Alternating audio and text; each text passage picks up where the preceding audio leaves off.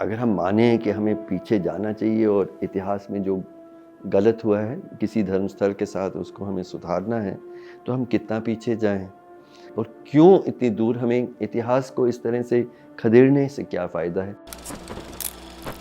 जो मेजॉरिटी जो है उसको है ना इनसिक्योरिटी स्टेट बना रही है कि जो मेजॉरिटी है वही इनसिक्योर है, एंड देयरफॉर जो दूसरा जो माइनॉरिटी है उसको खत्म करो, तभी तुम बने रहोगे या उसे आगे फूलोगे पनपोगे। जब ये कानून बन गया, हालांकि कानून की ज़रूरत भी नहीं थी, मैं समझता हूँ कि कॉन्स्टिट्यूशन ही काफ़ी था, जी। लेकिन जब कानून बन गया तो उसके बाद जो है उसके नए केसेस खोलना और किसी जस्टिस साहब का आना और ये कहना कि मालूम करना चाहिए। मालूम करने का मतलब क्या होता है? हमें एक फितना खड़ा करना है बिला वजह। अब किसी जगह पे अगर खुदाई शुरू कर दें तो कुछ ना कुछ ज़रूर मिलेगा आपको। हमें मेरे घर खुदाई करें कुछ ना कुछ ज़रूर मिलेगा, इसलिए कि लोग रहते आए हैं इस तरह से। तो वो बिल्कुल ही गलत स्टेप था। 1990 से लेंगे जब राजयात्रा शुरू हुई थी, क्योंकि पाप के बीज एक तारीख को बोए जाते हैं और उसके बाद वो मेच्योर होकर पैदा होते हैं। तो वहाँ पर जो हुआ, वहाँ पर कानूनी मोहर एक तरीके से लगा दी गई, इम्प्रिमातुर दे दिया गया कि मेजोरिटेरियनिज्म का राज रहेगा, और वहाँ से इस्लामोफोबिया धीरे धीरे करके सरकारी पॉलिसी बन गया।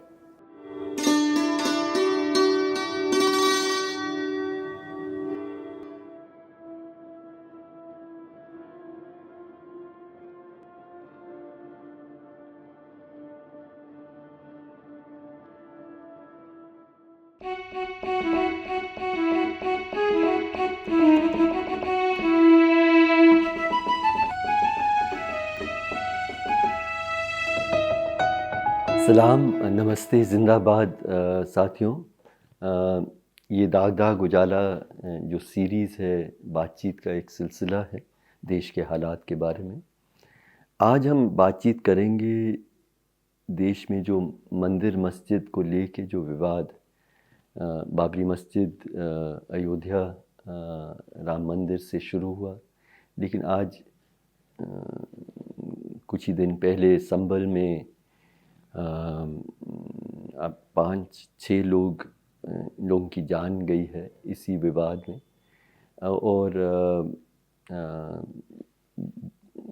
संघ परिवार के लोग तो कहते हैं कि कई हज़ार ऐसे मामले हैं जो देश में जिनका जवाब देना ज़रूरी है। इस तरह के विवाद को हम गहराई से देखेंगे।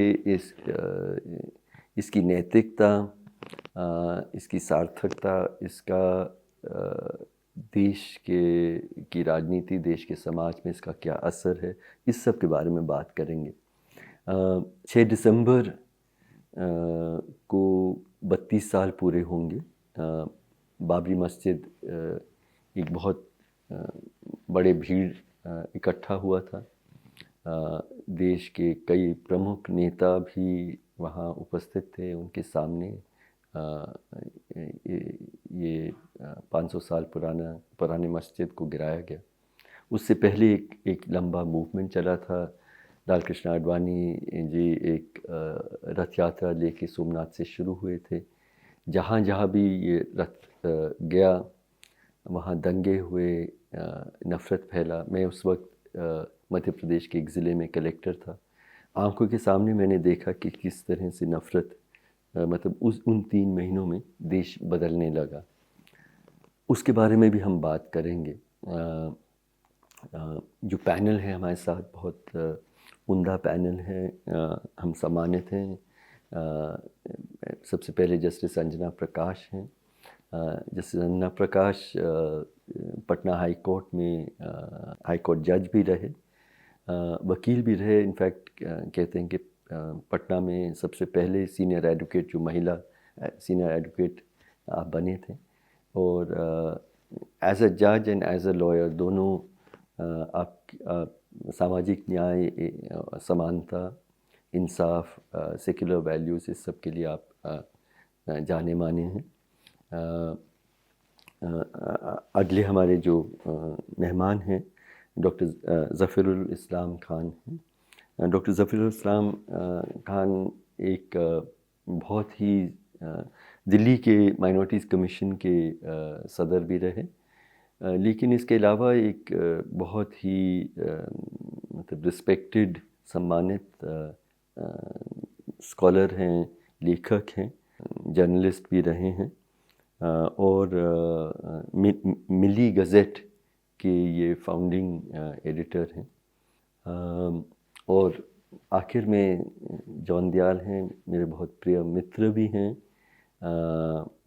इनका जन्म, जिस दिन गांधी जी का जन्म हुआ था उसी दिन पे इनका जन्मदिन पड़ता है।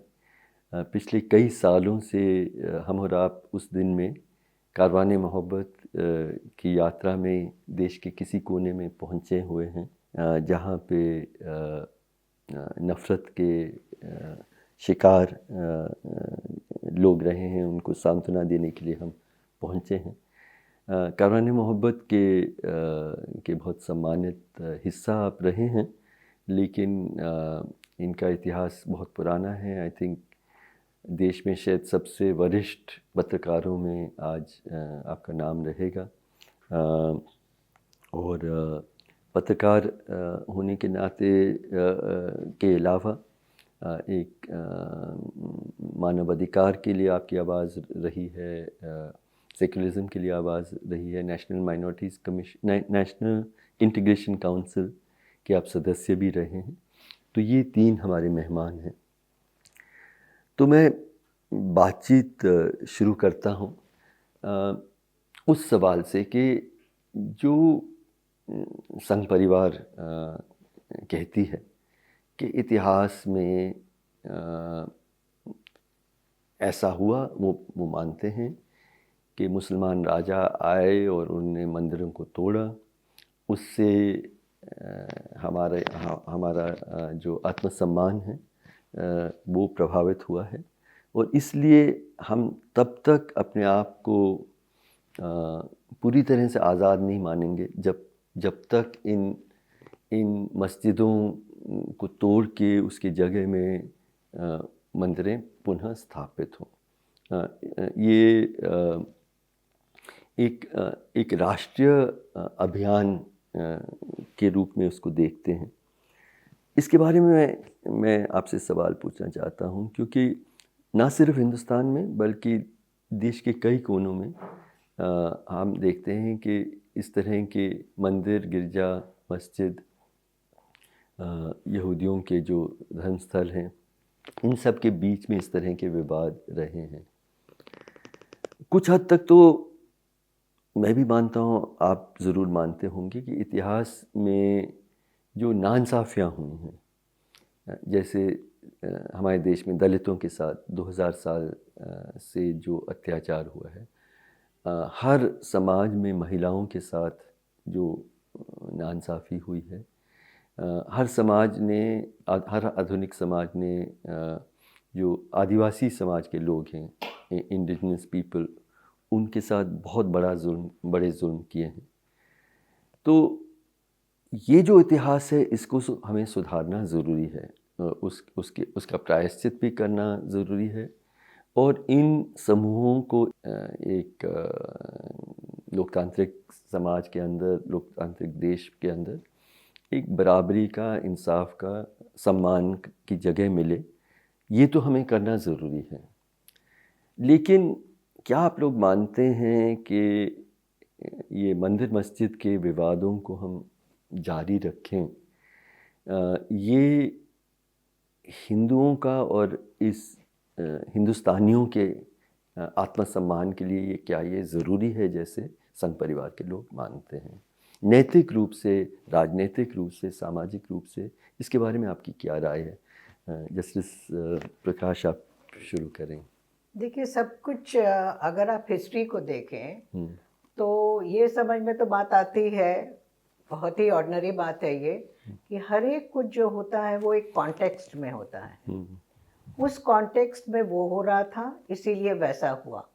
आज के दिन अगर हम लोग कास्ट के बारे में भी बात करेंगे कि किस तरीके से एट्रॉसिटीज़ हुआ करती थी, वो आपको उसको भी उसी परिवेश में सोचना पड़ेगा कि फ्यूडल स्टेट था, फ्यूडल मेंटालिटी थी, तो इसीलिए उन लोगों के साथ जो भी कमियां थे या जो भी सब कास्ट थे वगैरह थे, उन लोगों के साथ एक तरह का ट्रीटमेंट हुआ करता था।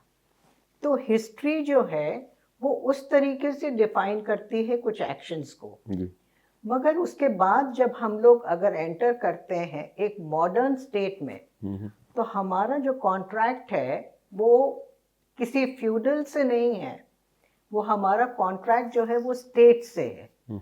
सवाल है कि वो स्टेट जो है वो हिंदू है या मुसलमान है, उससे मतलब नहीं है। स्टेट जो है वो कॉन्स्टिट्यूशन के बेसिस पर ही बना हुआ है जी। और कॉन्स्टिट्यूशन ये नहीं कहता है कि आप हिंदू हैं या मुसलमान हैं, स्टेट स्टेट है, सेक्युलर स्टेट है। जी। तो आज के दिन अगर आप कहें कि हम लोग अपने हिंदुओं का आत्मसम्मान बढ़ाने के लिए मस्जिद को तोड़ें और मंदिर को खड़ा करें, तो फिर ये क्वेश्चन होगा कि हम लोग किस सेक्युलर स्टेट के बारे में बात कर रहे हैं, किस स्टेट के बारे में बात कर रहे हैं, क्योंकि ये कॉन्ट्रैक्ट सिर्फ हिंदुओं के साथ नहीं है। स्टेट का जो कॉन्ट्रैक्ट है वो तो मुसलमानों के साथ भी है और बराबर से है। बराबर से है जी। तो फिर ये अगर हम लोग मॉडर्न स्टेट के बारे में बात करें तो वही बात होती है ना कि हर एक कुछ जो है एक कॉन्टेक्स्ट में है। उस कॉन्टेक्स्ट में हो सकता है मुसलमानों ने कोई मंदिर तोड़ा हो, मस्जिद बनाया हो, वो फ्यूडल या एक क्योंकि ये भी समझना चाहिए, मेरे समझ से, हम तो उतना हिस्ट्री फिर भी आप लोगों से कम जानते होंगे, कि अगर आपको अपना फैलाना था, किंगडम बड़ा बनाना था, तो आप किस तरीके से करते थे? आप करते थे उसको अपने पावर से, अपना जहाँ जा कर के वहाँ आपने अपना जमाया, अपना पावर दिखाया, अपनी शक्ति दिखाई, उसके वजह से आप करते थे। अब शक्ति आप किस तरीके से दिखाते थे कि आप सोल्जर्स को भेजा करते थे, वहाँ पे तोड़ फोड़ किया, ये किया वो किया, उसके बाद अपने को एस्टैब्लिश किया। इसी तरीके से हर एक स्टेट अपने को एक्सपैंड करते गया।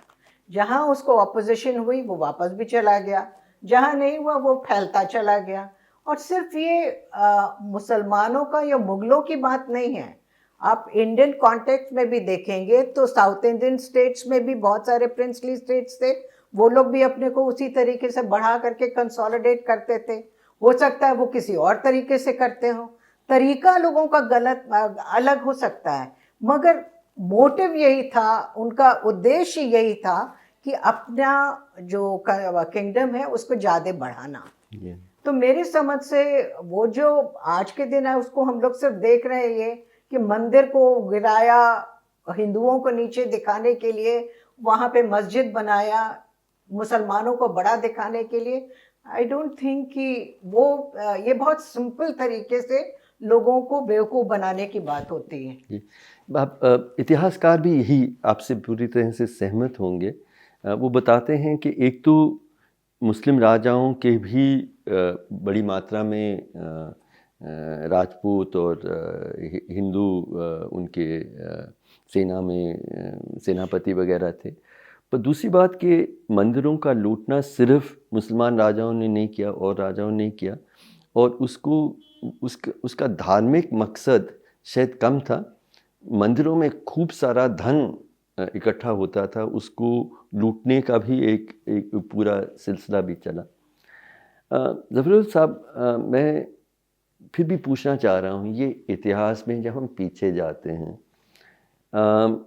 मैं सोचता हूँ कि अगर हम माने कि हमें पीछे जाना चाहिए और इतिहास में जो गलत हुआ है किसी धर्मस्थल के साथ उसको हमें सुधारना है, तो हम कितना पीछे जाएं, क्योंकि मंदिरों को स्थापित करने के लिए एक वक्त था जब लगभग पूरा देश बौद्ध धर्म का था। उस बौद्ध धर्म को ख़त्म करने के लिए खूब हिंसा हुई और बौद्ध जो धर्मस्थल थे उनको तोड़े गए। तो फिर हम मंदिरों को तोड़ के फिर बौद्ध धर्मस्थल स्थापित करें। पर उसके पीछे भी हम जाएं तो फिर जो आदिवासी के धार्मिक स्थल थे वहाँ हम पहुँचें, तो कहाँ हम रुकेंगे और क्यों इतनी दूर? हमें इतिहास को इस तरह से खदेड़ने से क्या फ़ायदा है? आपकी क्या राय है? ये बात बिल्कुल दुरुस्त है कि तारीख को कहीं पर रोकना होगा। अब हमारी आज़ादी हो गई सन 47 में, वहीं पर रोकना होगा। जी। और ये चीज़ें दूसरी जगहों पर भी ऐसी हुई। मैंने पढ़ा कि ऑटोमन स्टेट के अंदर भी वो स्टैटिको बोलते थे, वो स्टैटिको लफ्ज़ बोलते थे वो, कि जो था पहले वो वैसे ही रहेगा वैसे ही। ऐसे ही अंग्रेज़ जब पैलेस्टाइन पे काबिज़ हुए उस वक्त बहुत हुआ, और जूस ने कहा ये जगह हमारी, वो जगह हमारी। उन्होंने कहा नहीं, स्टेटस को। जिस दिन 18 अक्टूबर 1918 में हमने लिया, उसी दिन जो कुछ था वैसे ही रहेगा। तो हर स्टेट को ऐसा करना पड़ेगा। अब जो पीछे हुआ है, अब आपने सही कहा कि हम कहाँ पे रुकेंगे, वो पीछे पीछे पीछे हज़ारों साल पीछे जाएंगे हम, तो कहीं रुकेगा नहीं। फिर ये कि इसमें एग्जैजरेशन बहुत ज़्यादा है। जी। कुछ सही है। अब देखिए, खुद औरंगजेब ने, जिसके बारे में कहा जा रहा है उसने कुछ तोड़े, ठीक है तोड़ा होगा, मैं नहीं मना करता, लेकिन उसने मस्जिद भी तोड़ी उसने। वो भी पॉलिटिकल था, इसलिए कि वहां पर उसके खिलाफ जो है साजिश हो रही थी, और वो सेंटर बना हुआ था उसकी साजिश के। उसने मस्जिद भी तोड़ा गोलकोंडा में जाकर के उसने। तो ये नहीं कह सकते कि एग्जैक्टली सिर्फ उसकी वजह से। अब फिर इन लोगों ने इतने फरमान दिए हैं, और ये जो है फरमान तकरीबन नॉर्थ इंडिया में सारे बड़े मंदिरों के पास मौजूद हैं। जागीर का फरमान है कि इतनी जो है उनको गांव दिए गए कि उस गांव से उनका खर्चा होगा। तो ये वही लोग कर रहे थे। अब सारे अयोध्या के अंदर जो बना हुआ है, जो बड़े बड़े मंदिर बने हुए, ये सारी ज़मीन जो है अवध के जो है जो नवाबीन थे उन्होंने दी हुई है जी। तो ऐसा नहीं था कि बस एक ही तरह की हिस्ट्री थी, वो भी था। तो ये जो शुरू हुआ है, यानी ये बातें शुरू हुई हैं पहले कि भाई इतना था, उतना था, 2 था, 3 था, बोलते 30 था, 300 था, 3000 हुआ, अब सुन रहे हैं कि 3000 30,000 है। तो ये सिलसिला कभी ख़त्म नहीं होगा। और जिन लोगों ने 30,000 मस्जिदों को मंदिरों के वापस लेना चाहते हैं, भाई वो कौन सी हैं मालूम नहीं। आज भी किसी के पास कोई ऐसी लिस्ट विस्ट नहीं है, कोई ऐसा कोई दलील नहीं है किसी के पास। अब पुराने जो चीज़ें बात हो रही हैं वो सब पुरानी मस्जिदें हैं, 400, 500, 600 साल, 400-500 साल के पास कोई कागज़ थोड़ी होता है। शायद कभी हो तो हो, लेकिन ये कि नॉर्मली नहीं होता। अब जो दावा कर रहा है उसके पास भी कोई कागज़ नहीं है, कोई चीज़ नहीं है। बल्कि मैंने तो पढ़ा, बल्कि ये किसी ने अभी अमेरिका में जो त्रिश के क्या कहती हैं, इन्होंने भी हिस्ट्री लिखी है, जो वो संस्कृत सोर्सेज से हिस्ट्री लिखी है, उसमें कह रहे हैं वहाँ पे तो हमको ऐसा कुछ मिलता ही नहीं है उसमें। यानी वो लोग कुछ नहीं कह रहे हैं कि हमारे मंदिर तोड़े गए हैं। वो लोग तो लिख रहे थे ना, वो एक ऐसी लैंग्वेज में लिख रहे थे जिसको कि मुगल वोगल नहीं जानते थे, तो वो लिख सकते थे उसके अंदर, उसमें तो नहीं लिखा उन्होंने। तो बहरहाल ये जब 1991 में ये एक बहुत बड़ी बात हुई, वो हुआ, तोड़ा गया। उसके बाद है देखिए, मुस्लिम कम्युनिटी ने यानी कोई इस पर हंगामा नहीं किया था। जब सन 44, 84, 85 वगैरह में विश्व हिंदू परिषद ने शुरू किया है, उसके बाद ही मुसलमानों ने शुरू किया, वरना उससे पहले 1949 से, मार्च 1949 से चल रहा था ये। कोई नहीं कुछ तो करता। 20-30 साल पहले कुछ भी बात भी नहीं करते थे, कहीं हमने कहीं चीज़ लिखी भी नहीं पाई। उसके बाद जब ये लोग सड़क पर निकलने लगे तो वो भी निकलने लगे। शायद नहीं निकलना चाहिए था, लेकिन बहरहाल निकलने लगे। लेकिन देखिए, तोड़ा गया। उसके बाद जो है अजीब तरह का जजमेंट आया, वहाँ लखनऊ बेंच से आया। उसके बाद अजीब तरह का जजमेंट सुप्रीम कोर्ट से आया, लेकिन मुसलमानों ने कोई हंगामा नहीं किया। आप देख लीजिए, पहले ही कह दिया था कि भाई जो कोर्ट कहेगा हम मान लेंगे, और मान लिया। कोई हंगामा नहीं किया, और आज तक भी नहीं किया। इसलिए कि वो जो लॉ बना था 91 का, जो प्लेसेस ऑफ वर्शिप 91 का, उसमें ये कहा गया था कि बाबरी मस्जिद उससे अलग रहेगी। तो ठीक है, अब उन्होंने, पार्लियामेंट ने ये फैसला कर दिया कि वो अलग रहेगी तो अलग रहेगी। लेकिन अब उसके बाद जो है हज़ारों मंदिर अब रोज़ाना ही, और आज ही की खबर देख लीजिए कि अजमेर के ऊपर। अब अजमेर ऐसी चीज़ है जिसमें मुसलमान से ज़्यादा हिंदुओं का अकीदा है। किसी दिन में आप जाकर वहाँ देख लिए, हिंदू ज़्यादा रहेंगे। और सिर्फ यहीं से नहीं, पाकिस्तान से, बांग्लादेश से, कहाँ से आते हैं, दूसरी जगह मॉरिशस से कहाँ से आते हैं वहाँ पे मन्नत मांगने के लिए। तो ये तो सबके साथ खिलवाड़ हो रहा है। सही, बिल्कुल। तो ये एक तरह से रास्ता खोल रहा है मुस्तकिल, जहाँ पर एक परेशानी रहे, एक डिसेंशन रहे, एक लड़ाई रहे, एक ये रहे, तो किसका फ़ायदा होगा? अगर हम चाहते हैं हिंदुस्तान विश्व गुरु बने, तो ऐसे तो नहीं बनेगा, मोहब्बत से ही बनेगा। अगर हम मोहब्बत से सब चीज़, अगर जो कुछ गलती हो भी गई है, ठीक है, होती है, सब नहीं किया है। क्या मराठा ने जाकर के टीपू सुल्तान के स्टेट के अंदर जाकर मंदिर नहीं तोड़े थे क्या? मालूम कि वहाँ के श्रीनगरी का जो पोप है वो भाग गया था केरला, इसी वजह से। फिर टीपू सुल्तान ने जो है उनको पूरा एक एम्बेसी भेजी वहाँ पर तोहफे वफे के साथ, फिर उनको वापस लाए उनको, इसलिए कि वो गुस्सा थे कि आपने हमको प्रोटेक्ट नहीं किया। तो मराठा तो मुसलमान नहीं थे, उन्होंने जाके मंदिर तोड़ा था। वो इसी वजह से जो आपने फरमाया कि वहाँ पर पावर अपना ट्रेजर होते थे, ट्रेजर्स को लेने के लिए वो बहुत अच्छे होते थे, ज़रा छोटा मोटा नहीं, सब का सब गोल्ड होता था। तो उसकी वजह भी समझना चाहिए। और फिर ये कि कोई भी अगर चाहता है कि मुल्क की तरक्की करे तो ये चीज़ें भूलना पड़ेगी। जितनी भी हुआ, कुछ ना कुछ तो ज़रूर हुआ है, इसमें कोई शक नहीं है, लेकिन वो अकेले नहीं थे जिन्होंने ये किया था। इतिहास में सभी समाज के लोगों ने किसी किस्म के जुल्म किए हैं। और एक सवाल कई बार, और नैतिक तौर पे, और आप नैतिक सवालों पे बहुत गहराई से सोचते भी हैं जॉन, नैतिक तौर पे क्या ये जायज़ है ये मांग कि हम लोग इतिहास में जाएं और मस्जिदों को तोड़ें और वहाँ मंदिर स्थापित करें? कोई मैं पढ़ रहा था जो पार्लियामेंट में डिबेट्स हुए थे ये 1991 के कानून में, तो किसी ने कहा कि हाँ, औरंगज़ेब ने अगर मंदिर तोड़े तो वो एक सेक्युलर डेमोक्रेटिक देश का चुना हुआ नेता नहीं था। तो आज आप एक सेक्युलर डेमोक्रेटिक देश में क्यों वही करना चाहते हैं जो आप कहते हैं कि औरंगज़ेब ने किया, या उसका बदला लेना चाहते हैं? तो इसकी नैतिकता पे आप कुछ हमें। नहीं, नैतिकता, मोरालिटी, उसके मापदंड पे तो ये जुर्म है जो आज हो रहा है। हम चारों बैठ के जिक्र कर रहे हैं इसका, तो यकीनन हमें यहाँ पे सब मान रहे हैं कि जुर्म है। आपने पार्लियामेंट्री डिबेट्स का जिक्र किया। कॉन्स्टिट्यूशन बनाने में जब डिबेट्स हुई थी, उसके अंदर एक दूसरे पार्टीशन के पहले और पार्टीशन के बाद कॉन्स्टिट्यूशन बनी है, दो टुकड़ों में बनी है। और आप तो उसके ऑफिशियल स्कॉलर हैं। वहाँ पे एक बात मेरी समझ में आई, वहाँ पे कॉन्स्टिट्यूशन बनने के आधे समय तक मुसलमान थे पार्लियामेंट में, उसके बाद बहुत कम थे। औरतें 8 थी, अब 10 थी या 12 थी, और माइनॉरिटीज और थिंग ये एक्चुअली ये सारे ये 12 माह, 15 कॉन्स्टिट्यूशन की 15 माह है या ना। हाँ, तो औरतें कम थी, दलित 15% जब था नहीं तो और भी कम थे, और दूसरी माइनॉरिटीज सरदार, ईसाई, पारसी तो ना के बराबर थे, चिटकारे लेके थे।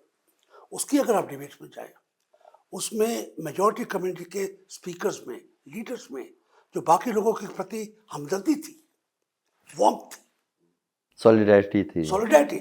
हमदर्दी तभी आएगी जब सॉलिडैरिटी होगी, वार्मथ तब आएगी जब प्यार होगा, चाहे वो पशु से हो या मनुष्य से हो। वो देख काबिल तारीफ है और देखने लायक है। उसके बाद अगर देखा जाए तो उसके बाद पार्लियामेंट में उतनी मार्मिक डिबेट कभी हुई नहीं है। और मैं आज 2024 अगर आप लें तो मेरे को 55 साल पत्रकारिता करते हुए हो गए हैं, हिंदुस्तान की एवरेज एज से थोड़ा ही कम।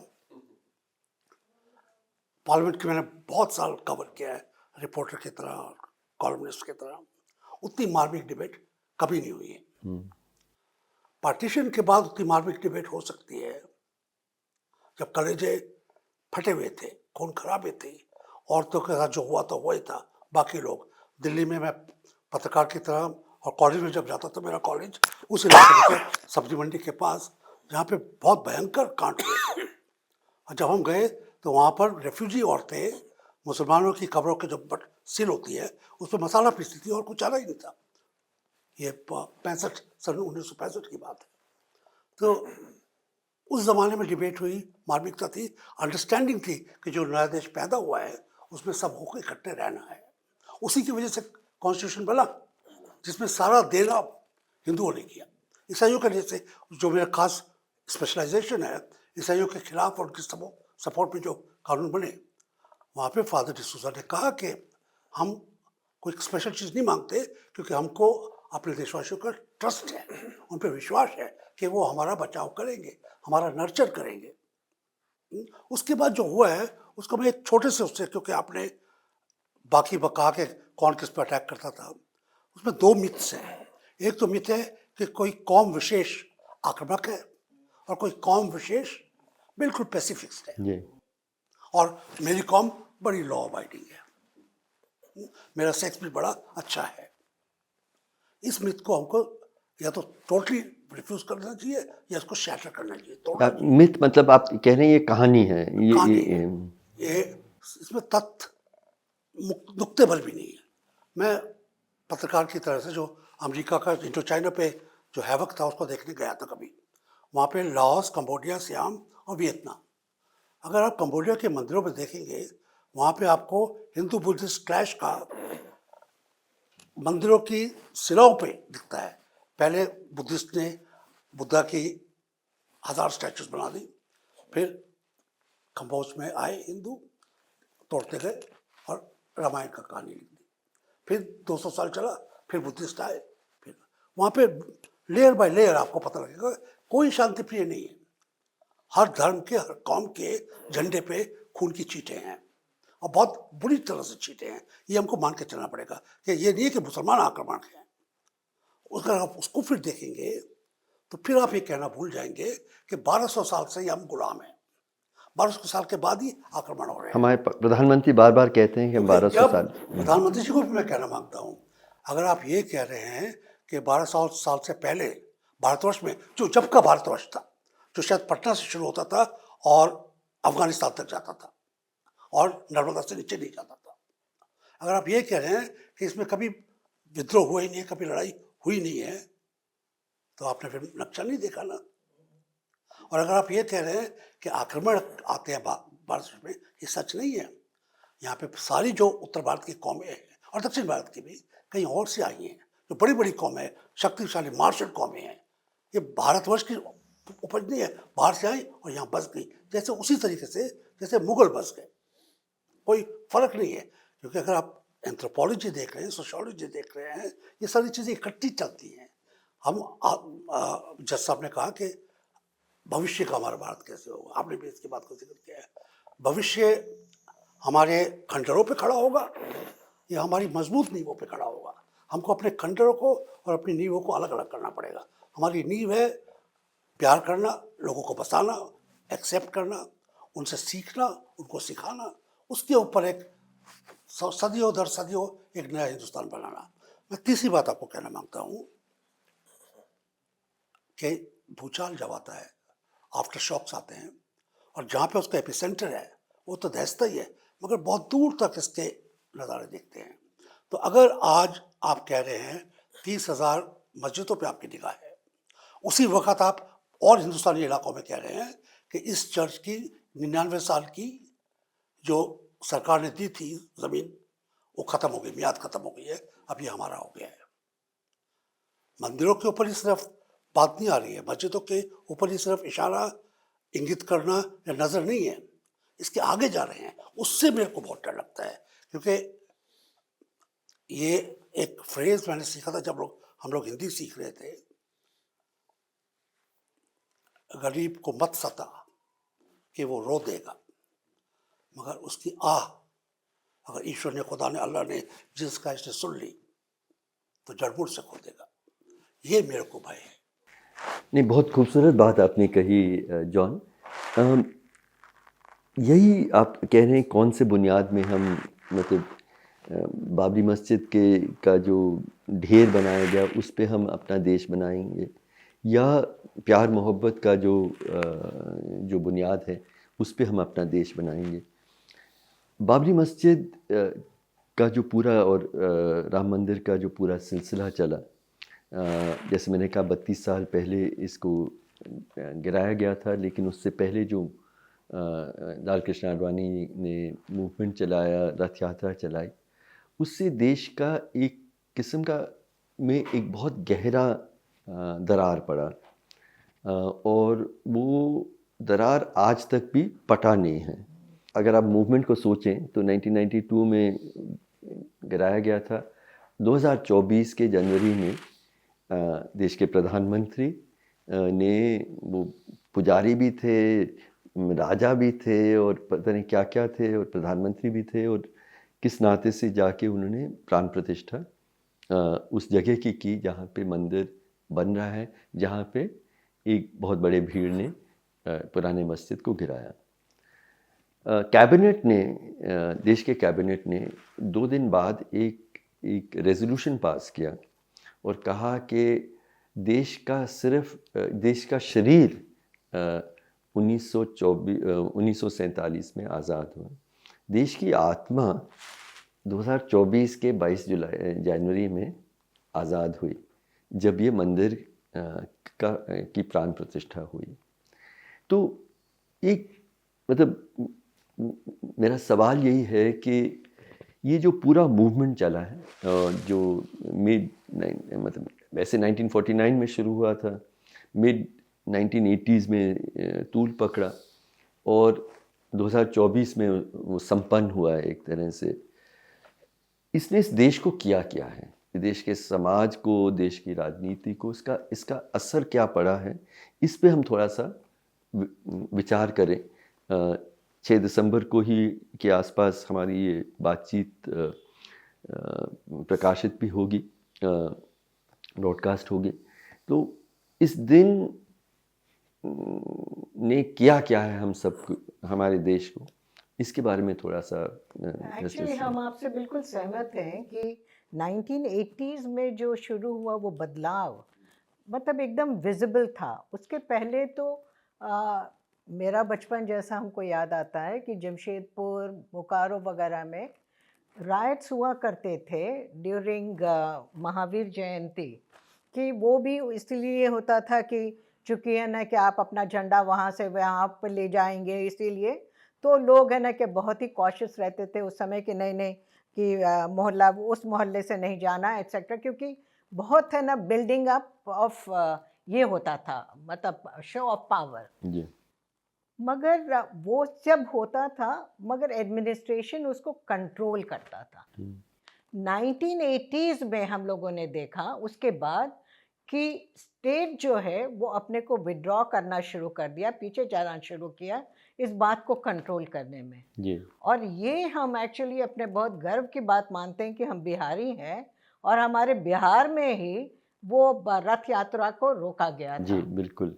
और किसी प्रदेश में नहीं। और हम लोग बिहारी लोग जो इतना माने जाते हैं कि बैकवर्ड हैं, अनपढ़ हैं, सब तरह की चीज़ है, हम लोग के बारे में कहा जाता है, मगर हमारे ही इसमें स्टेट में जाके उसको रोका गया था। और उसके बाद बिहार और बंगाल में दंगे नहीं हुए, देश हाँ। भर में हुए लेकिन कहीं नहीं, हाँ बिल्कुल ही नहीं। तो जैसे ये तो बहुत कुछ डिपेंड करता है कि स्टेट का, यही जैसे हमने कहा ना कि आज के दिन हम लोग यहाँ पे एग्जिस्ट कर रहे हैं as Indians, not as Hindus and Muslims. अगर हैं भी हिंदूज एंड मुस्लिम्स तो सिर्फ एक हिंदू और मुस्लिम एक कौम डिस्क्राइब करता है आपको, कौम से ज़्यादा तो डिस्क्राइब नहीं करता है ना। आपके खाने का तरीका अलग है, हमारा खाने का तरीका अलग है, आपके खाने का तरीका अलग है, एक मुसलमान का खाने का तरीका दूसरे मुसलमान से अलग है, वो दूसरे तरह की चीज़ कुछ करता है, वो कुछ करता है। हम तो कहते हैं कि जैसे हमारे यहाँ शादियाँ भी होती हैं, बहुत हिंदू शादी होती है, मगर सबका रिचुअल्स अलग अलग है।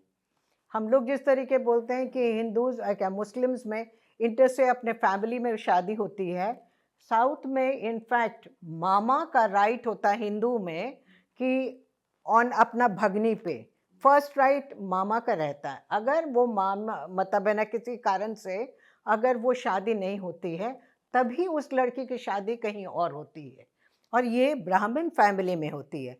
तो कितनी सारी चीज़ होती है। अगर आप ऐसे कहें कि सिर्फ हिंदू में ऐसा होता है, मुसलमानों में ऐसा होता है, हमारा description as Hindus and Muslim नहीं हो सकता है। जी। और आज के दिन इसीलिए हमको लगता है कि ये भी बहुत इम्पॉर्टेंट है इस मिथ को, जैसे आपने कहा ना कि एक कौम बहुत ख़राब है, दूसरा कौम बहुत पैसिव है, ये है वो। कौम पे कुछ नहीं होता है, या आपका मोटिव या आपका क्या आपका इम्पोर्ट है या उस समय आपकी क्या ज़रूरत है उसी के ऊपर डिपेंड और करता है। राजनीति भी। राजनीति, हाँ राजनीति बहुत डिपेंड करता है। तो आज के दिन राजनीति में लोग कहते हैं कि सेक्युलर जो है, सेक्युलरिज्म जो है, ये वेस्टर्न कॉन्सेप्ट है। हमारे समझ में नहीं आया कि वेस्टर्न कॉन्सेप्ट ये क्या बोलते हैं। वेस्टर्न कॉन्सेप्ट ये इसलिए है कि आजकल डायलॉग कुछ होते ही नहीं है। हमको याद है मेरे फादर हमको बताया करते थे, मेरे फादर हम लोग है ना रहते हैं देवघर के पास, रोहिणी करके एक जगह है, जिसमें वहाँ पर ड्यूरिंग ये इंडिपेंडेंस मूवमेंट में सबसे पहला बॉम्ब वहीं बना था। That is the name to fame. Otherwise of course बहुत अच्छी जगह थी। मेरे फादर हम लोग को बताया करते थे कि मतलब गांव में सिर्फ एक ही मुसलमान था जो कि टेलर था, ठीक है, और बाकी सब मुसलमान लोग मतलब ना बाकी सब गांव वगैरह में मुसलमान थे और वो लोग अपना ताज़िया निकालते थे। और मेरे पापा इन लोग हैं ना, उन लोग को लगता था कि अरे बाकी सब क्या ऐसा हो रहा, हमारे यहाँ ऐसा जश्न नहीं हो रहा। बोले हम लोग सब ताज़िया लेके निकलते थे और हाय हुसैन या जो भी होता है वो सब किया करते थे। तो सेक्युलरिज्म आज कहाँ बात करें कि वेस्टर्न कॉन्सेप्ट, ये तो हम लोग के यहाँ मतलब है ना कि सदियों से चला आया।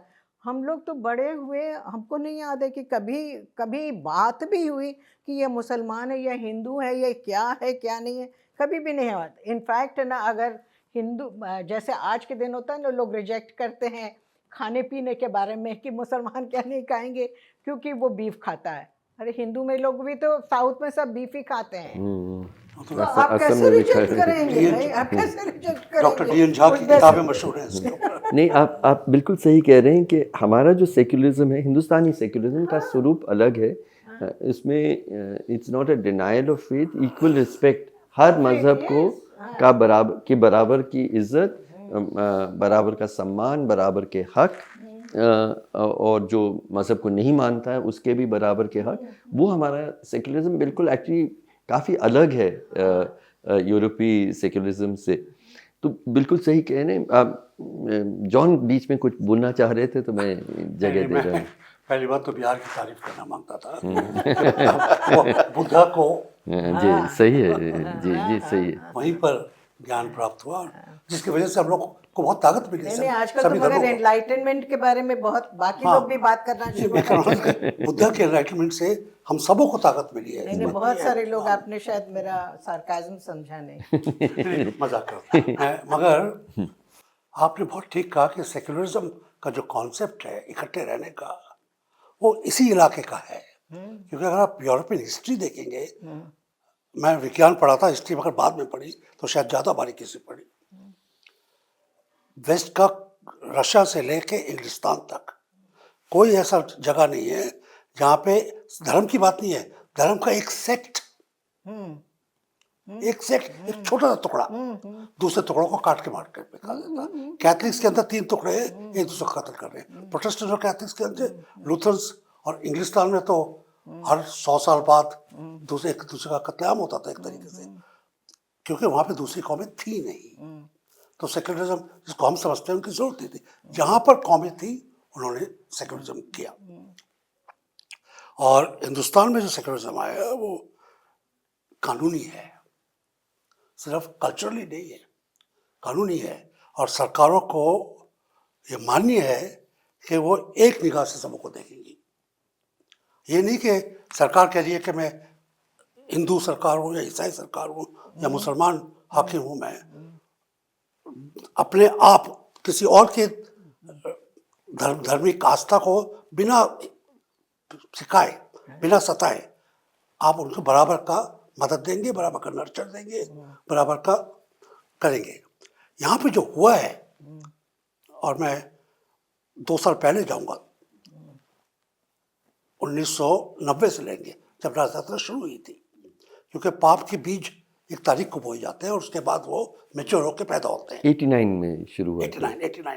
89 तो वहाँ पर जो हुआ, वहाँ पर कानूनी मोहर एक तरीके से लगा दी गई, इम्प्रिमातुर दे दिया गया कि मेजॉरिटेरियनिज्म का राज रहेगा।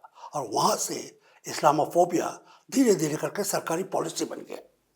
आप कह रहे हैं कि हिंदू अपने आप का हिंदू मेजॉरिटी में है इसलिए उनकी बात चलेगी। वो बात 89 के बाद शुरू हुआ और मुसलमानों के खिलाफ नफरत का जो सिलसिला है वो बढ़ने लगा। डेमोक्रेसी में ऐसा नहीं है, डेमोक्रेसी वोट से दी जाती है, मेजॉरिटी से जीता जाता है, मगर उसमें माइनॉरिटी का हित खराब नहीं किया जाता है। ये नहीं कहते कि हमने ये कानून बनाया है, ये जैसे अमेरिका में जो डिबेट चल रही है डिवोर्स की, एबॉर्शन की, उसका एक बात उसमें से आती है। मगर हिंदुस्तान में किस तरीके से डेमोक्रेसी का अर्थ ये निकाला गया है कि मेजॉरिटी में हिंदू हैं और कानून बनाना में उनका बहुत बड़ी दखल है, इसको कोई नकारता नहीं है। मगर ये हम मान के चलते हैं कि हमारी जो आवाज़ थी आपने सुनी, उसको नोट किया और उसके ऊपर इस तरीके से काम करेंगे आप, जो भी आप काम को कानूनी आपके ऊपर हक मिला है कि हमारा अहित ना हो, हित हो या ना हो आपकी दया दृष्टि है, मगर हमारा अहित ना हो, ये बहुत ज़रूरी है। यहाँ पे कानून को टोटली ट्विस्ट कर दिया गया है, आपका भला हो ना हो, मुसलमान की मस्जिद जानी चाहिए।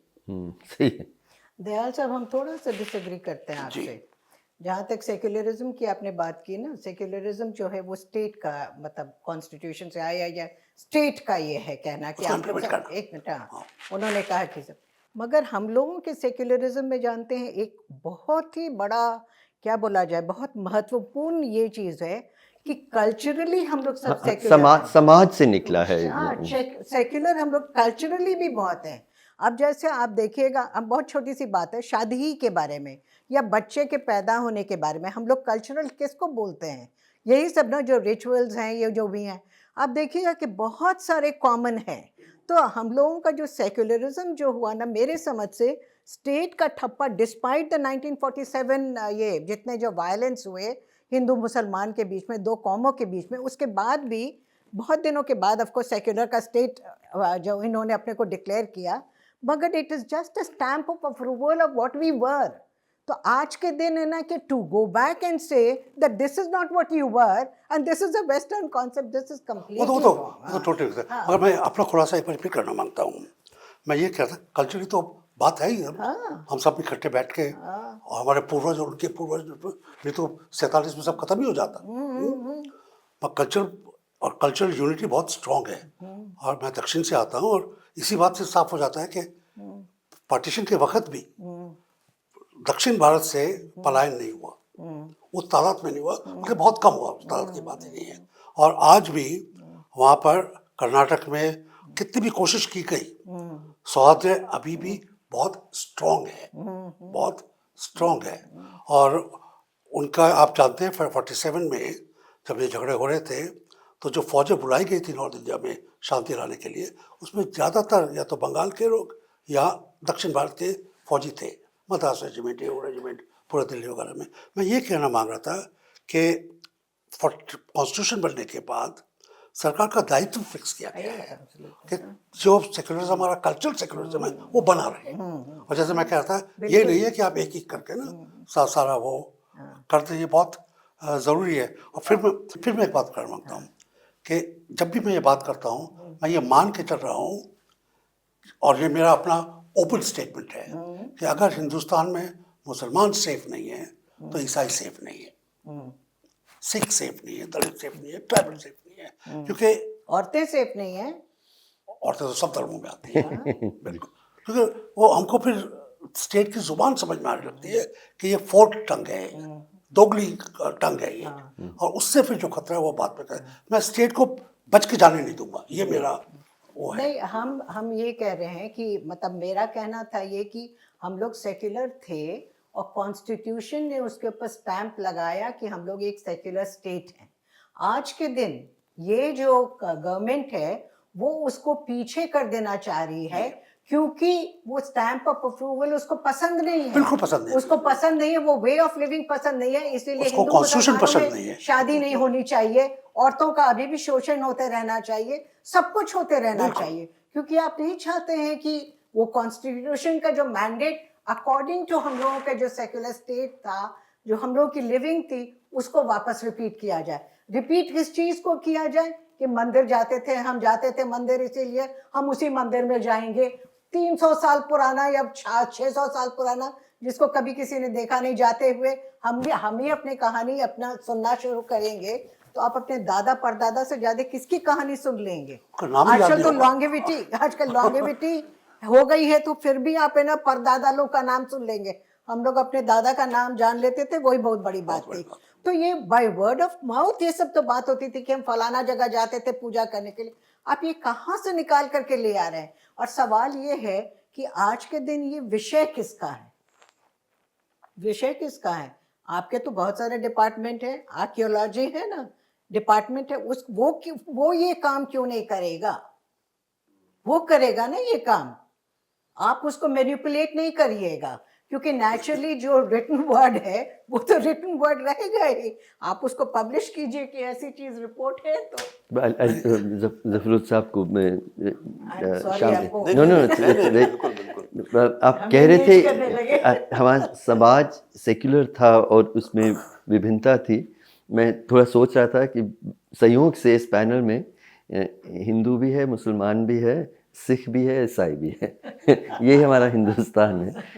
जफरुल साहब अरे वाह, मैं इससे सच में मैं इससे बिल्कुल Really good. मुत्तफिक हूँ कि मैंने भी बचपन में गांव में ही गुजारा है और वहाँ पे हमारा कोई ऐसी हिंदू मुस्लिम की बात भी नहीं होती थी। हमारा जो है यानी हमारे लोग वहाँ काम करते थे, उनके लोग यहाँ काम करते थे, हम उनकी दुकानों से ख़रीदते थे। वहाँ मिठाई सारी हमारे गांव में सिर्फ एक हिंदू ही एक मिठाई वाला था, उसी से ख़रीदते। तो कोई बात भी नहीं है, सोचते भी नहीं थे। बल्कि मैं समझता हूँ कोई बात भी नहीं करता था कि हिंदू है कि मुसलमान है। ये एक हिस्से में हिंदू रहते थे, एक हिस्से में मुसलमान रहते थे, एक तरफ जो है मंदिर था, एक तरफ मस्जिद थी।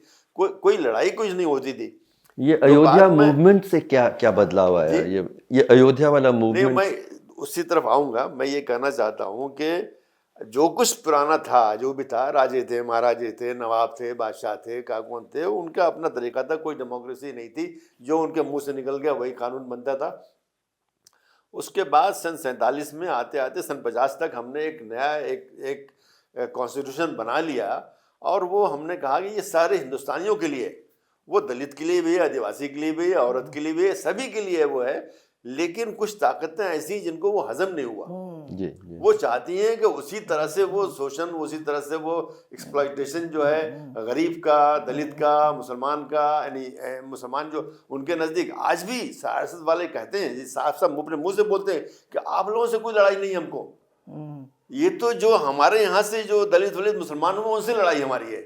सोच लिया। यानी मैं जो है आया हूँ, शायद कहते हैं कि ईरान, पाकिस्तान, अफगानिस्तान या कहाँ से भी आए होंगे, कई सौ साल की बात है वो। तो कहते हैं कि आपसे कोई लड़ाई नहीं है, लड़ाई तो हमारी इनसे है। तो ये कौन सी बात है, ये कौन सी सोच है? हमारे कॉन्स्टिट्यूशन ने तो सबको बराबर कर दिया, बजाय इसके कि ये दलित को अपने साथ खड़ा करते, या आदिवासी को अपने साथ खड़ा करते, या औरत को अपने साथ खड़ा करते, जो भी यानी सोसाइटी में था। अब वो चाहते हैं कि पुराना जो भी कहीं कुछ लिखा हुआ उनके यहाँ, उसी को वो बाकी रखना चाहते हैं। दलित दलित ही रहे, आदिवासी आदिवासी रहे, कुछ अपना हक नहीं मांगे। हक मांगेंगे तो खराब हो जाएगा। अब ये जो डाइवर्जन है, ये मुसलमान के खिलाफ जो भी है, और तरीके से भी है, खाली मस्जिद वाली बात नहीं है, लंचिंग वंचिंग सब कुछ मान क्या हो रही है, ये सब वहाँ से यानी आपकी तवज्जो हटाने के लिए। असल इश्यूज यहाँ पे जो है कि वो कि सब लोगों को बराबर का हक मिलना चाहिए, चाहे वो पॉलिटिक्स में हो, चाहे इकोनॉमी में हो, चाहे जॉब्स में हो, चाहे जिसमें मिलना चाहिए। इस सब से हटाया जा रहा है ये। और ये जो राम मंदिर या बाबरी मस्जिद के खिलाफ जो भी शुरू हुआ था, ये सब तो मंडल के बाद ही शुरू हुआ था। उससे पहले तो किसी को मालूम भी नहीं था। ये इशू 49 से चल रहा था कोर्ट्स में, कोई बात भी नहीं करता था, ना मुसलमान को मालूम था ना हिंदू को मालूम था। उसके बाद अचानक जब मंडल आया तो ये शुरू हो गया कि डाइवर्जन करो। तो अगर इस तरह से आप देखेंगे तभी समझ में आएगा कि ऐसा क्यों हुआ ऐसा। और आज भी हो रहा है, आज राइट हो रहे हैं। आज बड़े बड़े राइट नहीं हो रहे हैं, लेकिन रोजाना राइट हो रहे हैं। मैं तो काफी अच्छी तरह से उसकी मेरे पास क्लिपिंग वगैरह है, रोजाना हम उसको करते हैं, उसको स्कैनिंग करते हैं। देख रहा हूँ कि रोजाना 4, 5, 6 राइट हो रहा है, लेकिन छोटा सा होता है, बड़ा नहीं हो रहा है। बड़ा इन्होंने कहा कि बड़ा होगा तो वो न्यूयॉर्क टाइम्स छप जाएगा, वो मत करो उसको। छोटे छोटे करो उसको, ताकि माहौल बरकरार रहे उसका। तो ये जो भी कर रहा है वो अच्छा नहीं कर रहा है। इस मुल्क की फायदे के लिए, इस कौम के फायदे के लिए, हिंदुस्तान को बड़ा बनाने के लिए हिंदुस्तान को कोई चीज़ रोक नहीं सकती है। अगर ये चीज़ें बंद हो जाए तो वो भी जैसे चाइना हो गया है उससे भी ऊपर जा सकता है। इसलिए कि जहीन बहुत ज़्यादा है, हिंदुस्तान के लोग बहुत जहीन है। लेकिन जहानत को गलत तरीके से आप मोड़ेंगे तो फिर तो डिस्ट्रक्टिव होगी, और सही तरीके से मोड़ेंगे तो माइक्रोसॉफ्ट वो बैठ करके वो बनेगा वो। जॉन, आपने एक बात कही कि जो जब संविधान लिखा गया था, जो वहाँ उस वक्त के डिबेट्स थे वो बहुत दिल को छूने वाले थे। उसके बाद नहीं हुआ। लेकिन मैं ये अभी जो संभल में हुआ है, और इस संदर्भ में मैं 1991 में जब ये कानून जिसमें ये तय हुआ था कि बाबरी मस्जिद को छोड़ के अब किसी जो 1947 में स्थिति थी मस्जिद का, मंदिर का, वो बना रहेगा, वो कानून के डिस्कशन को मैंने पढ़ा और बहुत खूबसूरत था।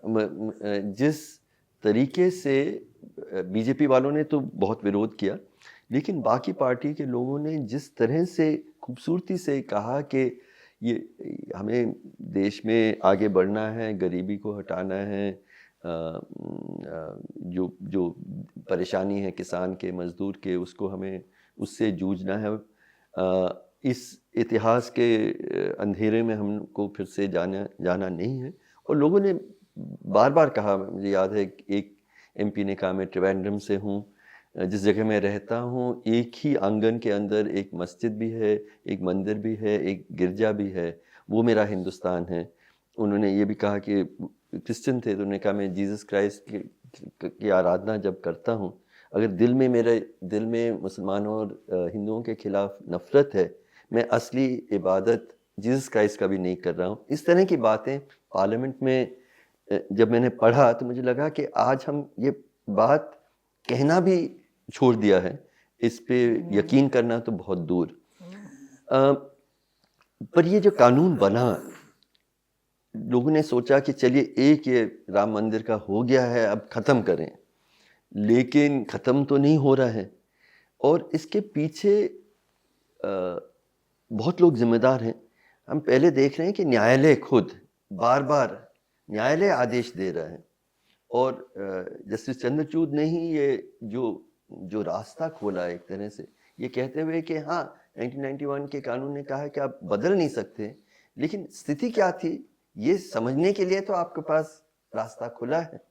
अब आप स्थिति समझने का आप रास्ता खोल रहे हैं, तो आप मतलब लोगों के दिलों में और ज़्यादा ये सवाल उठाएंगे। देश के 3000 जगहों में पता नहीं कहाँ ये करेंगे। संभल में जिस तरह का फैसला उस कोर्ट ने, उसी दिन एप्लीकेशन आया, कहा कि कालकी जो कलयुग के अंत में आएंगे उनका मंदिर था और कुछ तो उन्होंने कहा आज ही सुनूंगा। आज फैसला किया कि आप सर्वे भी करिए, और सर्वे उसी दिन शुरू भी कर दिया, और लेके लोगों में जो आक्रोश हुआ, डर हुआ, 5-6 लोग मारे गए हैं। इसकी जिम्मेदारी न्यायालय की भी है, और जगह जगह पे ये न्यायालय कर रहे हैं। ये जो आपने अजमेर शरीफ की बात की, वहाँ भी कोर्ट ने कहा चलो सर्वे करिए, नोटिसेस जारी कर दिए। तो देश किस दिशा में जा रही है। और बस एक चीज़ और कहना चाह रहा हूँ कि ना सिर्फ न्यायालय, मतलब सरकारें भी तो ये कर रही हैं। सरकारें कई जगहों में मस्जिदों को, मज़ारों को गिरा रही है, वो भी तो 1991 के कानून के खिलाफ है। अब यहाँ मेहरौली में कोई 700 साल पुराने मस्जिद को उन्होंने कहा कि इंक्रोचमेंट है यार, शहर इंक्रोचमेंट है या 700 साल पुराने। तो सरकारें भी कर रही हैं, लोग भी जाके इन धार्मिक स्थलों को गिराने की कोशिश कर रहे हैं। तो मैं बस ये कहना चाह रहा हूँ कि हमने कानून भी बनाए, राम मंदिर के मूवमेंट का असर भी देखा, लेकिन हम कुछ सीख नहीं रहे हैं। तो देश इसी रास्ते पे चलेगी तो हम लोग कहाँ पहुँचेंगे? भविष्य क्या है इस देश का? अनफॉर्चुनेटली जानते हैं, मेरी समझ इसमें ये है जी। कि आपने ठीक कहा कि न्यायालय बहुत हद तक बहुत जिम्मेदार है, और ऑफ कोर्स एग्जीक्यूटिव स्टेट तो है ही। अब सबसे इंटरेस्टिंग बात ये है कि आज के दिन हम ये भूल गए हैं कि एक जो इंस्टीट्यूशन है वो किस काम के लिए है। जी। जुडिशरी किस काम के लिए है? वो रक्षा करने के लिए है, नहीं, फैक्ट फाइंडिंग के लिए है क्या? नहीं। फैक्ट फाइंडिंग के लिए तो नहीं है। नहीं। It is suppose to determine, उसको 2 तरह का इश्यू रहेगा, उस पे उसको डिसीजन देना है क्या सही है क्या गलत है, ठीक है, और हकों का रक्षा करना जो है। भी, और जिसमें कि वो क्लोज कर देना है, उस डिस्प्यूट को क्लोज कर देना है। क्लोज करना ये बहुत ज़रूरी है, क्लोजर होना ज़रूरी है सुप्रीम कोर्ट में, क्योंकि वो लास्ट कोर्ट है। अब आज के दिन सुप्रीम कोर्ट कहता है कि हम डिटर्मिन करने के लिए इस इश्यू को खोलेंगे। आप कम्पिटेंट हैं क्या? सबसे पहले तो आप ये पूछिए, आप कम्पिटेंट हैं? आप कम्पिटेंट नहीं हैं, क्योंकि आपके पास उस तरह का नॉलेज ही नहीं है। आप अल्टीमेटली फिर देते हैं किसको ये पता करने के लिए, एक रिपोर्ट बताओ। I mean what is the end of it? And at the same time हम मेरे समझ से कि सिविल सोसाइटी को ये हार्म कर रहे हैं, क्योंकि ये जुडिशरी को खड़ा करने के लिए, इस इंस्टीट्यूशन को खड़ा करने के लिए किसका पैसा जा रहा है? हमारे पैसे से वो लोग गद्दी पे बैठे हैं या जा कुर्सी पे बैठे हैं। उनके चपरासी के लिए पैसा हम दे रहे हैं, उनके कोर्ट टाइम के लिए हम पैसा दे रहे हैं। Do they have the right कि आप है ना डिटर्मिनेशन शगल, ऐसे ही कि एवी टाइप का हम शगल कर रहे हैं, डिटर्मिन करें? You are not meant for that. We are मतलब this is being dishonest to the tax payers money according to me. हम लोग पैसा देते हैं कोर्ट में, कोर्ट को एग्जिस्ट कराने के लिए, ये सब चीज के लिए नहीं। आपके पास इतना टाइम जो है एडजुडिकेशन में लगाइए, न कि ये सब चीज में। 1991 के एक्ट के बारे में आपने बात किया तो बहुत इंटरेस्टिंग है। लोग तो सोचते हैं कि अच्छा कुछ होगा, मगर ये एक्चुअली सेक्शन 4 जो है इसमें कहता है कि डिक्लेरेशन होगा religious character of certain places of worship, and important चीज है, and bar of jurisdiction of courts etcetera. It is hereby declared that the religious character of a state of worship existing on the 15th day of August 1947 shall continue to be the same as it existed on that day. अब सवाल ये, अब जब ये कहता है कि courts का jurisdiction बाहर होगा, तो courts how do they even go to the fact of ऐसे एवी हम देखते हैं क्या है, डिटर्मिन करेंगे, सुन रहे हैं उसके लिए। और सबसे ज्यादा अच्छी बात यह है, I don't know how people have not filed cases up till now, whosoever attempts to commit any offense punishable under this section 1 or the cause of such offense shall be committed, and in such attempt does only such acts or whatever towards the commission of the offense shall be punishable with the punishment provided for the offense. 3 years. So it is, yes, 3 साल की आपको सजा भी हो सकती है अगर आप कुछ इस तरह का, अगर आप ये कोई मुद्दा उठाएंगे। तब किसी ने क्यों कभी तक केस नहीं किया? सही, बहुत अहम बात कही है आप। इस्लाम साहब आप बताएं फिर। ये दुरुस्त है। ये जब ये कानून बन गया, हालांकि कानून की ज़रूरत भी नहीं थी, मैं समझता हूँ कि कॉन्स्टिट्यूशन ही काफ़ी था, लेकिन जब कानून बन गया तो उसके बाद जो है उसके नए केसेस खोलना और किसी जस्टिस साहब का आना और ये कहना कि मालूम करना चाहिए। मालूम करने का मतलब क्या होता है? हमें एक फितना खड़ा करना है बिला वजह। अब इसी जगह पे अगर खुदाई शुरू कर दें तो कुछ ना कुछ ज़रूर मिलेगा आपको। हमें मेरे घर खुदाई करें, कुछ ना कुछ ज़रूर मिलेगा, इसलिए कि लोग रहते आए इस तरह से। तो वो बिल्कुल ही गलत स्टेप था और बड़ा अफसोस है कि जो है वो दिया गया, और बड़ा अफसोस है कि उसके ऊपर, जैसे आप कह रही हैं कि लोगों ने, बल्कि अभी 2 दिन पहले इसके खिलाफ केस हुआ है सुप्रीम कोर्ट में गया। हमने नहीं सुना। जी, सुप्रीम कोर्ट में एक केस फाइल हुआ है कि वो जो फैसला था वो गलत था, और उस पर जो है उसको रिव्यू करना चाहिए, क्रिमिनल केस करना चाहिए इसमें। तो ये वो तो नहीं किया है, लेकिन उस जजमेंट के खिलाफ है कि वो जजमेंट गलत था, उसको ओवरटर्न करना चाहिए। मैं जस्टिस प्रकाश से सहमत हूँ कि एक्चुअली जो भी इससे हस्तक्षेप कर रहे हैं वो एक क्रिमिनल ऑफेंस कर रहे हैं। सो ईच ऑफ दीज जजेस हु आर सेइंग ये सर्वे करो, ये करो, ये करो, and the person who's bringing it to the court also. Yeah, I mean, सबसे पहले तो उसको बोल देना चाहिए, the court should take cognizance of the matter and send the complaint, on the court's authority. बिल्कुल। तो हम लोग भटक गए हैं बहुत ज़्यादा। जिस आप कह रहे हैं कि संविधान ही काफ़ी था, और संविधान के पीछे आपने, अंजना जी ने कहा कि ये संविधान भी उस बुनियाद पे एक सामाजिक व्यवस्था थी हजारों सालों की, जहाँ पे हम लोग साथ रहते थे। उस सब को आप तोड़ मरोड़ कर रहे हैं उसको। Where is the country going? मतलब इसका अंजाम क्या होगा? जॉन, आपका बहुत लंबा अनुभव है, अपने देश को बदलते हुए देखा है। हर शाख पे उल्लू बैठा है, अंजाम गुलिस्तां क्या होगा। एक आपने जो बात उठाई थी कि क्या ये पॉइजन कहाँ जाएगा, कल के अखबारों में एक आदमी का कोट था, गड़े मुर्दे क्यों खाड़े जाते हैं ताकि ताज़ी लाशें बिछाई जाए। बाबरी मस्जिद का बाद जो बात हुआ है उसका एक रिजल्ट मैं देखता हूँ। हर्षमंदर और मैं, हम लोगों ने काउ स्लॉटर के चक्कर में लोग मारे गए, उनके कई जगह गए जहाँ पे आपके बिहार में भी गए कई बारी, तो हमने देखा इसका असर क्या होता है। मगर बाबरी मस्जिद को गिराए जाने का, एल.के. अडवाणी की रथ यात्रा का क्या कनेक्शन है उस पुलिस वाले से जो रेल के डिब्बे में घुस के 3 मुसलमानों को चुन चुन के मार देता है?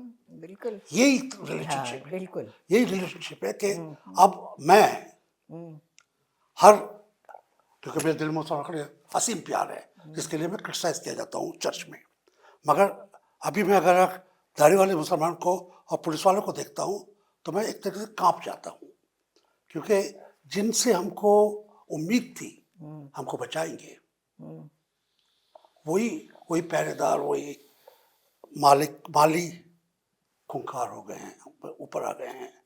आपने ठीक कहा कि कानून जो इसके ऊपर लांछन लगा रहा है या कह रहा है कि इस मस्जिद के ऊपर आप आर्कियोलॉजी को लाइए, वो ऑलरेडी उसको तोड़ रहा है कानून को, जैसे आपने बड़े साफ तरीके से कहा, और उसको पनिशमेंट होनी चाहिए। जैसे कोई झूठा इल्जाम लगाने वाले को कोर्ट में होती है कि आपके ऊपर भी वही सजा मिलेगी जो दूसरे को मिलती है।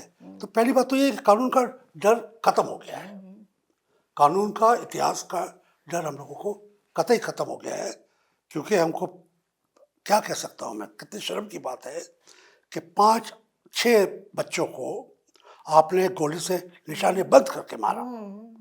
ये नीज के ऊपर, घुटनों के ऊपर वार नहीं है, सीने पे वार है, और अब आप कह रहे हैं कि इनके पोस्टर लगाएंगे ताकि इनकी जायदाद से हर्जाना सरकार को मिले। आप खून का सौदा कर रहे हैं, खून की बातारी कर रहे हैं राजनीति के लिए। ये जो आ गया है हमारे, क्या कहते हैं इसको हिंदी में, आंख में सूअर का बाल आ गया है, वो बड़ी खतरनाक चीज है, और उससे कहीं पे भी डर रह सकता है। अपनी हमारी आइडेंटिटी की वजह से मेरे को डर रह सकता है, अपने पड़ोसी से डर रह सकता है, अपनी सरकार से डर रह सकता है, दूर बैठे हुए थानेदार से डर रह सकता है। नहीं, और वो जानते हटाना है। हैं दयाल साहब, सबसे ज्यादा सोच ये भी सोचना चाहिए कि आज के दिन हम बात कर रहे हैं सिर्फ कि माइनॉरिटी जो है ना वही थ्रेटन्ड है, सिर्फ वही इनसिक्योर है, सिर्फ वही उसी को लग रहा है कमजोर। ऐसी बात नहीं है। मेजॉरिटी की इनसिक्योरिटीज को ये करके, मतलब उसका, हाँ, उसको ड्रम बीट करके कि आप इनसिक्योर हैं। आज के दिन इस्लाम खतरे पे नहीं है, हिंदू खतरे में है। तो ये समझ रहे हैं, जो मेजॉरिटी जो है वो अपने को उसको है ना इनसिक्योरिटी स्टेट बना रही है कि जो मेजॉरिटी है वही इनसिक्योर है, एंड देयरफॉर जो दूसरा जो माइनॉरिटी है उसको खत्म करो, तभी तुम बने रहोगे या उससे आगे फूलोगे, पनपोगे। तो ये इनसिक्योरिटी जो है ना वो माइनॉरिटी में नहीं है, सिर्फ मेजॉरिटी में भी है, और मेजॉरिटी में भी डिफरेंट काइंड्स ऑफ पीपल हैं। अब हर्ष जी जो हैं ये भी पूरे समय डर ही रहेंगे कि पता नहीं कब ना कब इनके यहाँ रेड हो जाएगा, कब ये पूछ लेंगे क्या ले लेंगे। ये होंगे सिख जो कि मेजॉरिटी कॉम में आते हैं, मगर इनसिक्योर हैं। क्यों? क्योंकि ये इनका डिसएग्रीमेंट विद द स्टेट है। तो इसीलिए आप आज के दिन इस तरह की चीज को आप खोल करके, एक पोटली को आपने खोल दिया जिसमें किसी की भलाई नहीं हो रही है, जिसको है ना सिर्फ आप है ना चिथड़ा कर रहे हैं, और वापस आप उसको बटोर करके ठीक भी नहीं कर सकते। अब जिस तरीके से आपने कर दिया, तो मतलब कहीं पढ़ रहे थे हम कि एक बच्चे ने पूछा, माँ से डाइनिंग टेबल पे बोल रहा था कि नहीं क्या मेरा 7 ईयर ओल्ड और 8 ईयर ओल्ड कि नहीं क्या किसके साथ टिफिन खाया, तो फलाना के साथ टिफिन खाया। तो बोले वो तो तुम्हारा दोस्त था, उसके साथ क्यों नहीं खाए, कोई मुस्लिम लड़के के बारे में। तो बोलता है कि नहीं, आई डोंट गो टू, हम उसके साथ नहीं खाते हैं क्योंकि वो तो टेररिस्ट है ना। तो वो माँ बोली कि टेररिस्ट का मतलब क्या होता है? बोले वो तो हमको नहीं पता, मगर मुसलमान तो टेररिस्ट होते हैं ना। जैसे कि सरदार होते हैं, ट्राइबल्स होते हैं। यही हो गया 9/11 के बाद। अनफॉर्चुनेटली जो वर्ल्ड का भी जो, मतलब I would think it's all in a context. 9/11 जो हुआ उसके बाद से मुसलमान और एशियन वगैरह सब हो गए मतलब टेररिस्ट। और फिर यहाँ पे जो हुआ बाबरी मस्जिद, यहाँ पे भी हम लोग सभी को इनसिक्योर है। जब भी हम कोई आर्टिकल लिखते हैं तो उसके बाद है ना कि हमको बहुत सारे लोग कंग्रेचुलेशंस लिखते हैं कि बहुत हिम्मत है, और हमको ये कभी समझ में नहीं आया कि सच बोलने में हिम्मत की क्या जरूरत है। ये कंग्रेचुलेट आप हमको क्यों कर, क्योंकि जो आपके ट्रोल्स हैं, हाँ, वो अलग है। आपके ट्रोल्स आपको गद्दार कह रहे हैं। हाँ एग्जैक्टली। तो इनसिक्योरिटी जो आप कह रहे हैं ना, सिर्फ ये एक तरह का इनसिक्योरिटी नहीं बनाया, सबको इनसिक्योर बना दिया इन लोगों ने। अब मौज मस्ती वाला दिन खत्म हो गया। नहीं, मैं बस तो ये हालत है, उनके साथ चलिए तो आप बड़े अच्छे हैं, आपसे अच्छा कोई भी नहीं है। कल आपके खिलाफ रेड हो रही थी, वो सब बंद हो जाएगी, आप बिल्कुल आकर के, बल्कि आपको टिकट भी मिल जाएगा, आप मिनिस्टर बन जाएंगे, बल्कि आप चीफ मिनिस्टर बन जाएंगे, कुछ भी है। तो ये है कि आपने साथ चलिए हमारे, अगर साथ नहीं है तो कोई फर्क नहीं पड़ता, हमारा बेटा है वो भी हमारे खिलाफ होगा। एक बात मैं कहना चाहता हूँ, जो आपने कहा कि देश किस रास्ते पे जा रहा है, आप जाइए देखिए कि हिंदुस्तान से लोग कितना भाग रहे हैं। जी, ये तो सही है। यानी मैं अपने ही उसमें देखता हूँ, मेरे 3 बच्चे यहाँ से भाग गए, मैं नहीं चाहता, मैं पसंद नहीं करता, मैं उनसे कहता हूँ मत जाओ बाहर, लेकिन वो कहते हैं यहाँ पे क्या रखा है। तो ये हर जगह हो रहा है। आपको देखिए चंद सालों के अंदर अभी आया था कि कितने 22-23 लाख लोग जा रहे हैं, हर 10 मिनट के ऊपर जो है अमेरिका में एक गुजराती जा रहा है। गुजराती खास करके क्या हो रहा है आखिर ये? तो ये इसीलिए वजह से कि ये माहौल है, बहुत से बच्चे होंगे, उनको यही आम इंसान की तरह रहना होगा, एक तरक्की करना होगा, उनको भी ख्वाहिश होगी, लेकिन उनको यहाँ नजर नहीं आ रहा है, तो वो भाग रहे हैं। उसको कोई पासपोर्ट से भाग रहा है, कोई बगैर पासपोर्ट भाग रहा है। तो ये चीज़ बहुत ही ख़राब है, जो कुछ है इसको बदलना चाहिए इसको। नहीं, बस वही बहुत अच्छी बातचीत हुई, लेकिन नाउमीदी से मैं अपनी बातचीत को ख़त्म नहीं करना चाहता।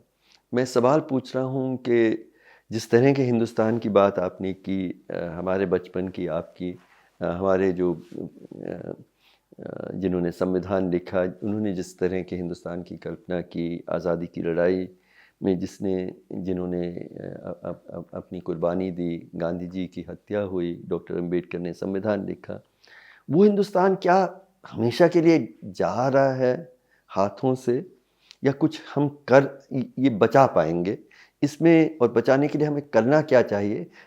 2 लाइन अगर आप बोलें तब उसी से हम खत्म करें। बचेगा तो जरूर ही, क्योंकि टाइम कभी कांस्टेंट नहीं होता है। आज कभी वो, आज कभी हम, इसी तरीके से रहेगा। मगर हम लोगों की जिम्मेवारी बहुत बड़ी है कि हम लोग जो पब्लिक का जो नैरेटिव है उसको सही बताते रहें, क्योंकि जैसे अभी हमने कहा ना कि ये प्यूनिटिव एक्शन लिया जा सकता है, ये लोग इसके बारे में बात भी नहीं करते हैं। इसीलिए तो हम इस तरह की बातचीत भी कर रहे हैं, ताकि सही बातें सामने आ पाएं। जी, इसीलिए जब तक हम लोग बात नहीं करेंगे ये सब के बारे में ओपनली, तब तक नाउमीदी ही बनी रहेगी। बिल्कुल एक दिन आएगा जब लोग इससे ऊब जाएंगे कि ये बकवास बहुत हो गया, और हमारे सामने जो है इलेक्शन का तरीका बहरहाल मौजूद है, जो बहुत ही महज़ब तरीका है, और बदलेगा हम एक दिन देखेंगे। लाजिम है तो कि हम भी देखेंगे। लाजिम यूँ भी है, क्योंकि अगर हम नहीं लड़ेंगे तो क्या होगा, उससे डर के भी हमको लड़ना चाहिए। हम लोग कैथलिक हैं, मेरे बेटे ने एक हिंदू से शादी की, उसका एक ही बेटा है, उसका नाम है कबीर। मेरे से बिना पूछे उन्होंने उसका नाम कबीर रख दिया, तो लगता है कि कुछ ना कुछ उन यंग कपल के दिल में भी था। वो अब 16 साल का हो गया है, वो किस हिंदुस्तान में बड़ा होगा? उसका बाप मलयाली है, माँ बंगालन है, बाप कैथलिक है, माँ हिंदू है। फॉर्चुनेटली, खुशकिस्मती से दोनों पढ़े लिखे हैं, तो बच्चे पे कोई प्रेशर नहीं है क्या करे। मगर वो किस हिंदुस्तान में पढ़ेगा, उसके खौफ से कि किस हिंदुस्तान में पढ़ेगा, उसके ऊपर कुछ ना हो जाए, हमको लड़ने की ताकत मिलती है। हम अपने लिए नहीं, अपने बच्चों के लिए भी नहीं, उनके बच्चों के लिए हिंदुस्तान वही रहे जो हमारे पूर्वजों के पास था, उससे ताकत मिलके लड़ने की इच्छा होती है। और मैं आपसे बाकायदा सहमत हूँ कि लड़ेंगे और जीतेंगे। हिंदुस्तान जिसने इतने भूचाल देखे हैं, उसमें हम भी एक बुलबुले हैं, चले जाएंगे, मगर वो रहेगा। जो सामाजिक सत्य है अपने दादाओं का और बाप का, वो हमको लगता है कि हम लोगों को बताते रहने की जरूरत है। नहीं, आप दोस्तों यही बातचीत को हम पूरा करेंगे। हम बहुत लंबी और बातचीत करने की इच्छा थी, लेकिन जो आखिरी बात आपने कही कि हम अपने बच्चों के लिए किस तरह का हिंदुस्तान छोड़ना चाहते हैं, ये फ़ैसला हम लोग रोज़ कर रहे हैं। और हम एक नफ़रत, डर, असमानता, इस तरह का हिंदुस्तान अगर छोड़ना चाहते हैं तो और मस्जिदों को ढूंढिए और उसके बुनियाद के नीचे जाने की कोशिश करिए। और अगर हम मोहब्बत और बराबरी का एक देश अपने बच्चों के लिए छोड़ना चाहते हैं, तो बहुत ज़रूरी है कि हम इसको पीछे रखें और कहें कि नहीं, हम बेरोज़गारी की बात करेंगे, हम जो कीमतें बढ़ रही हैं उसके बारे में बात करेंगे, शिक्षा का स्तर के बारे में बात करेंगे, जो स्वास्थ्य प्रबंध है जो जिस तरह का कोविड में हुआ था उसके बारे में बात करेंगे। आगे बढ़ना है हमें, पीछे नहीं देखना है। यही रास्ता है अपने बच्चों के लिए एक बेहतर हिंदुस्तान छोड़ने के लिए। तो सभी साथियों को जिंदाबाद।